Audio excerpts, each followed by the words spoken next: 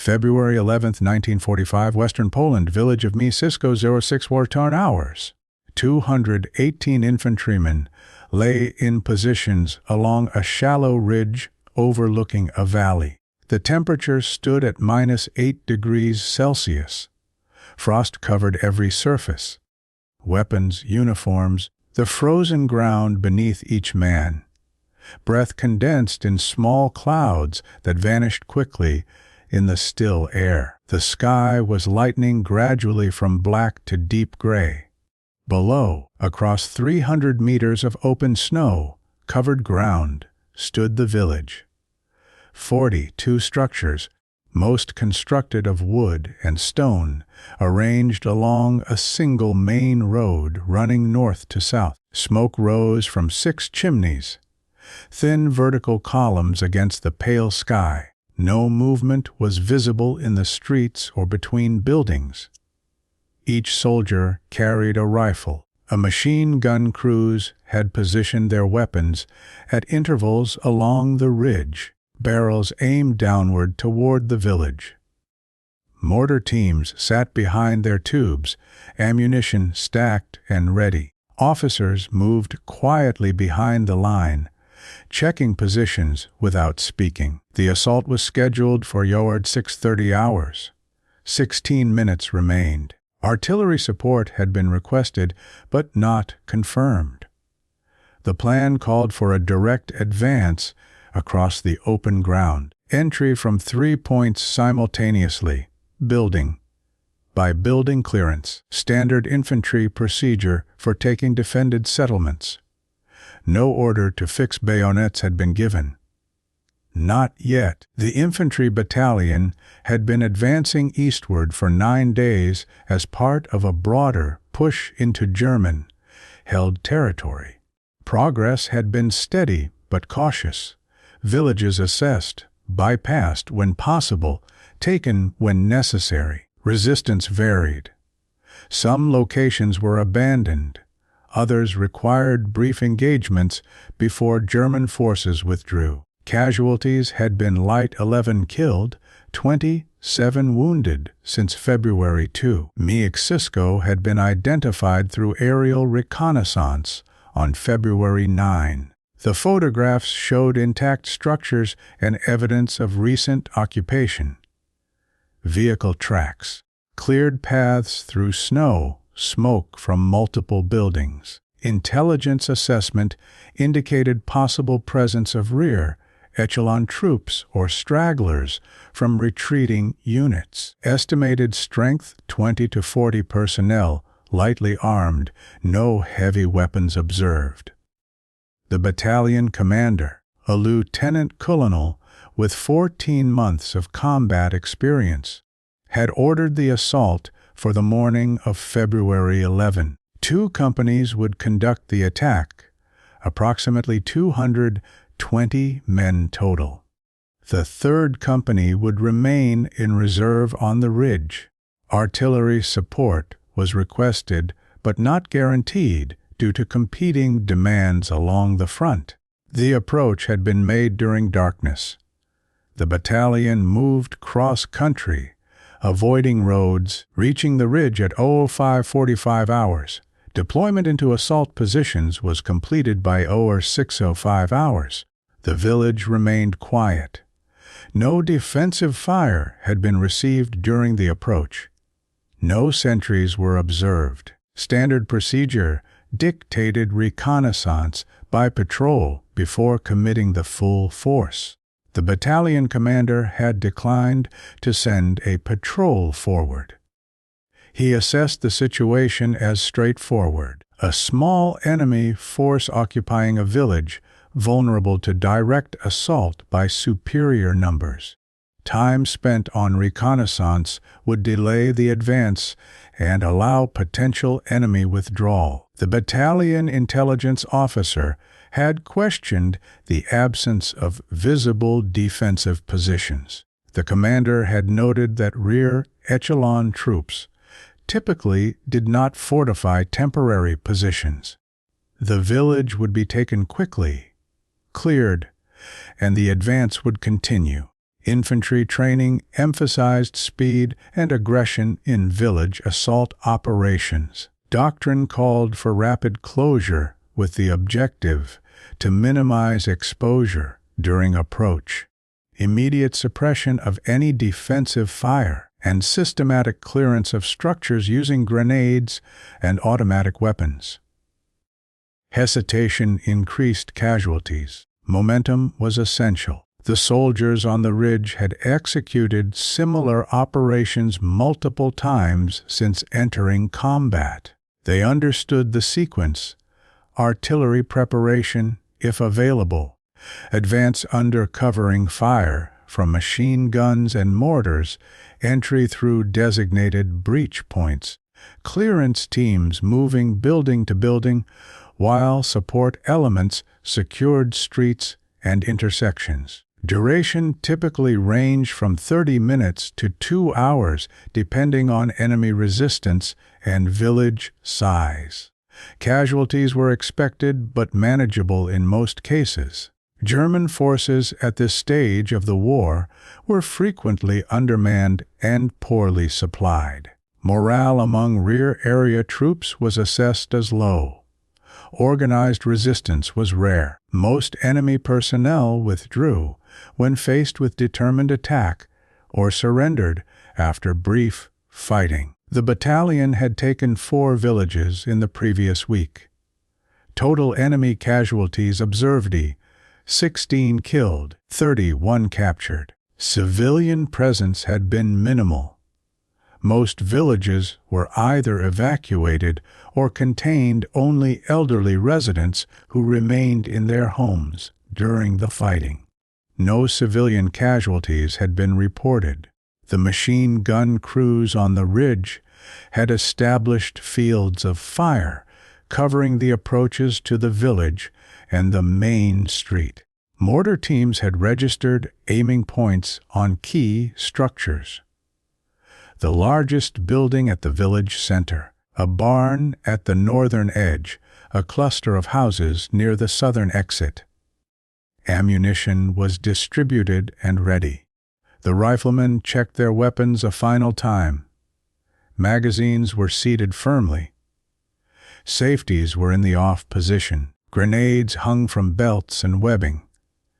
Each man knew his position in the assault formation. Which fire team, which building, which sector to cover. At 06:25 hours, the company commanders moved forward to their positions at the front of the line. They crouched low, watching the village. The battalion commander remained 20 meters behind the ridge crest, observing through binoculars. His operations officer stood beside him with a map case and radio. 5 minutes remained until H hour. At 06:28 hours, a figure emerged from one of the village buildings. Small, moving slowly through the snow. The battalion commander focused his binoculars. A child, perhaps 6 years old, walking along the main street, carrying something. The commander did not lower the binoculars. The child stopped near the center of the village, set down what appeared to be a bucket, bent to scoop snow into it. The operations officer leaned toward the commander and said something inaudible to the men on the line. The commander remained motionless, watching. 30 seconds passed. Another figure appeared. Then another. Adults, moving between buildings. No weapons visible. Civilians. The commander lowered the binoculars. He turned to face the operations officer. He said one word: wait. The operations officer checked his watch. At 06:29 hours, the battalion commander did not give the order to advance. H hour passed. The assault did not begin. At 06:31 hours, the company commanders looked back toward the battalion commander's position. He made no signal. They remained in place. Along the ridge, soldiers maintained their positions, but began glancing at each other. Machine gun crews kept their weapons aimed at the village, but did not fire. Mortar teams waited beside their tubes. No one spoke. In the village below, more civilians appeared. A woman emerged from a house carrying a bundle of wood. An older man walked slowly along the street, moving toward one of the buildings with smoke rising from its chimney. The child with the bucket returned inside. At 06:35 hours, one of the company commanders crawled backward from his position and moved toward the battalion commander. The conversation was brief and conducted in low voices. The company commander returned to his position. No order was given. 5 minutes became 10. The sun cleared the horizon, casting long shadows across the snow. The temperature remained below freezing. The soldiers on the ridge shifted weight occasionally to maintain circulation, but did not break position. At 06:45 hours, the battalion intelligence officer arrived at the commander's position from the rear. He carried a folder containing the reconnaissance photographs and assessment notes. A discussion occurred. Quiet, with the intelligence officer pointing to the photographs and then toward the village. The battalion commander listened without interrupting. 15 minutes after H hour, the battalion remained in assault positions. The village showed increasing activity. A smoke rose from additional chimneys. A horse-drawn cart appeared at the northern end of the main street. Moving slowly southward, no German military personnel were observed. At 06:50 hours, some soldiers began to understand that the assault would not proceed. Others remained uncertain. The machine gun crews did not adjust their aim. The mortar teams did not stand down. 20 minutes passed, then 25. At 06:55 hours, the battalion commander issued a verbal order to the operations officer: withdraw 1 kilometer to the west, establish defensive positions, dispatch reconnaissance patrol to determine village status. The order was relayed by runner to the company commanders. The reason, as later recorded in the battalion war diary in a single paragraph, was stated without elaboration. Civilian presence observed in objective area. Assessment revised. Direct assault suspended pending confirmation of enemy presence and disposition. The commander's decision was based on observable fact. The village contained civilians in significant numbers conducting normal daily activities. The intelligence estimate indicating German military occupation could not be confirmed by visual observation. The presence of civilians created operational complications that had not been accounted for in the assault plan. Standard procedure in such situations was ambiguous. Doctrine acknowledged the possibility of civilian presence in combat zones, but provided limited guidance on how to distinguish between defended positions and populated areas temporarily occupied by military forces. The decision to proceed or withdraw was left to the local commander's assessment. The battalion commander's assessment was procedural rather than humanitarian. A village containing active civilian population indicated either no German military presence or presence in such small numbers that they were effectively integrated with civilians. An assault under these conditions would require careful discrimination during clearance operations, slowing the advance, increasing risk to both soldiers and civilians, and potentially resulting in casualties among non-combatants. The alternative, reconnaissance to determine actual enemy presence, represented lower risk and higher certainty. If German forces were present in strength, they could be engaged with appropriate preparation. If they were absent or minimal, the village could be bypassed or entered without resistance. The commander issued no statement about civilian safety. He made no reference to rules of engagement or ethical considerations. His written order cited operational uncertainty and the need for accurate intelligence before committing forces. The assault was not cancelled. It was postponed pending information. At 0658 hours, the withdrawal began.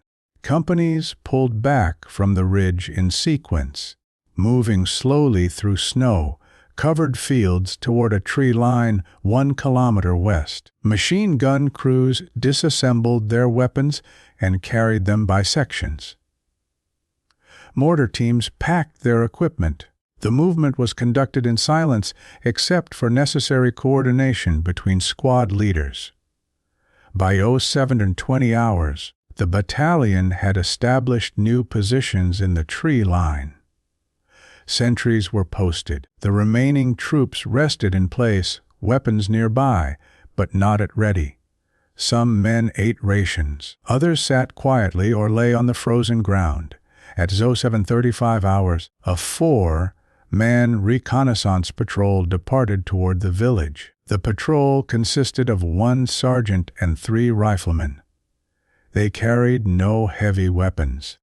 Their orders were to observe the village from close range, determine the presence or absence of German military forces, and return without initiating contact. The patrol reached the village outskirts at 0805 hours. They observed from concealed positions for 20 minutes. During that time, they saw approximately 40 civilians engaged in various activities: gathering firewood, clearing snow, moving between buildings. No German soldiers were observed. No military vehicles or equipment were visible.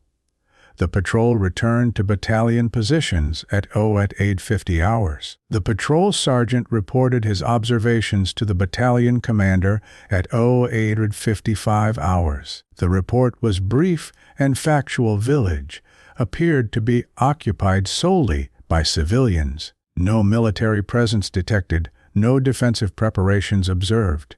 At 0910 hours, the battalion commander issued orders to bypass the village and continue the advance eastward via an alternate route. The battalion departed its positions at 0945 hours.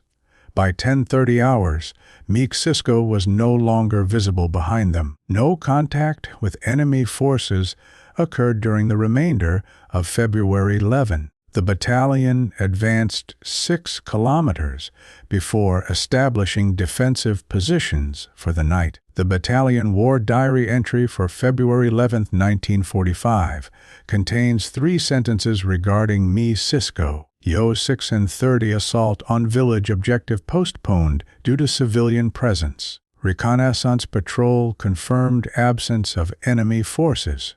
Battalion bypassed village and continued advance via alternate route. No after-action report was filed regarding the decision to suspend the assault. No inquiry was conducted by higher command. The incident was not mentioned in divisional or corps-level operational summaries. Standard procedure did not require documentation of operations that were initiated but not completed. The battalion commander submitted no separate report explaining his decision. His daily situation report to division headquarters, filed at 1800 hours on February 11, listed the day's movement and positions without reference to the planned assault on Mieścisko. No commendation was issued. No criticism was recorded. The decision was treated as a routine tactical adjustment, unremarkable and requiring no special notice. The civilians in Mieścisko were not contacted by Allied forces until February 14, when a civil affairs detachment entered the village during consolidation operations. The detachment's report noted a population of approximately 60 persons, primarily elderly residents and displaced families from areas farther east. No German military presence was found. The village had been unoccupied by military forces since February 8, when a small supply unit had departed westward. Whether the battalion intelligence assessment had been incorrect or whether circumstances had changed between February 9 and February 11 could not be determined. The reconnaissance photographs from February 9 were reviewed, but provided no definitive conclusion. The 218 soldiers who had lain in assault positions on the ridge received no explanation for the suspension of the operation. Most assumed the commander had received updated intelligence or orders from higher command. The incident was not discussed in formal settings. The battalion commander completed his combat service in April 1945 and returned to the United States in June. He remained in the Army through 1947, then resigned his commission and entered civilian employment in manufacturing. He was interviewed twice for military history projects, once in 1962 and again in 1978. In the 1962 interview, he was asked to describe the most difficult command decisions he had made during the war. He mentioned several instances involving allocation of limited resources and timing of tactical movements. He did not reference the February 11 incident at Mieścisko. In the 1978 interview, conducted for an oral history archive, he was asked whether he had encountered situations where planned operations had been modified or canceled. He responded many times. Whether intelligence changes orders from above, you adjust and continue. The interviewer did not ask for specific examples. He died in 1984. His personal papers, donated to a military history collection, contained no diary entries or correspondence related to the decision at Mieścisko. Of the 218 soldiers present on the ridge that morning, 191 survived the war. Post-war records indicate that 7 were interviewed for various historical documentation projects between 1965 and 1995. None mentioned the suspended assault without specific prompting. When archival researchers later cross-referenced participant names with the February 11 operation, 2 veterans recalled the incident vaguely. One remembered waiting in position longer than expected. The other recalled withdrawing from a village approach for reasons that were not explained at the time. The village of Mieścisko was substantially destroyed during fighting in March 1945 and never fully rebuilt. Most residents relocated to larger towns after the war. The site is now agricultural land. No memorial or marker references any event from February 1945. The battalion war diary for February 1945 is archived in a storage facility containing thousands of similar documents from the European theater. The volume is accessible to researchers but rarely consulted. The entry for February 11 occupies 7 lines on a typed form. No supporting documents are attached. The reconnaissance photographs of Mieścisko taken on February 9 remain in photographic archives. They show a village in winter, structures intact, smoke from chimneys. The images have not been published or referenced in historical studies. What remains is a formation of infantrymen on a frozen ridge, a battalion commander watching through binoculars, a child carrying a bucket through snow, an assault that did not begin. A village that was not entered. No explosions. No casualties. No contact. The assault that stopped cold because one man said no.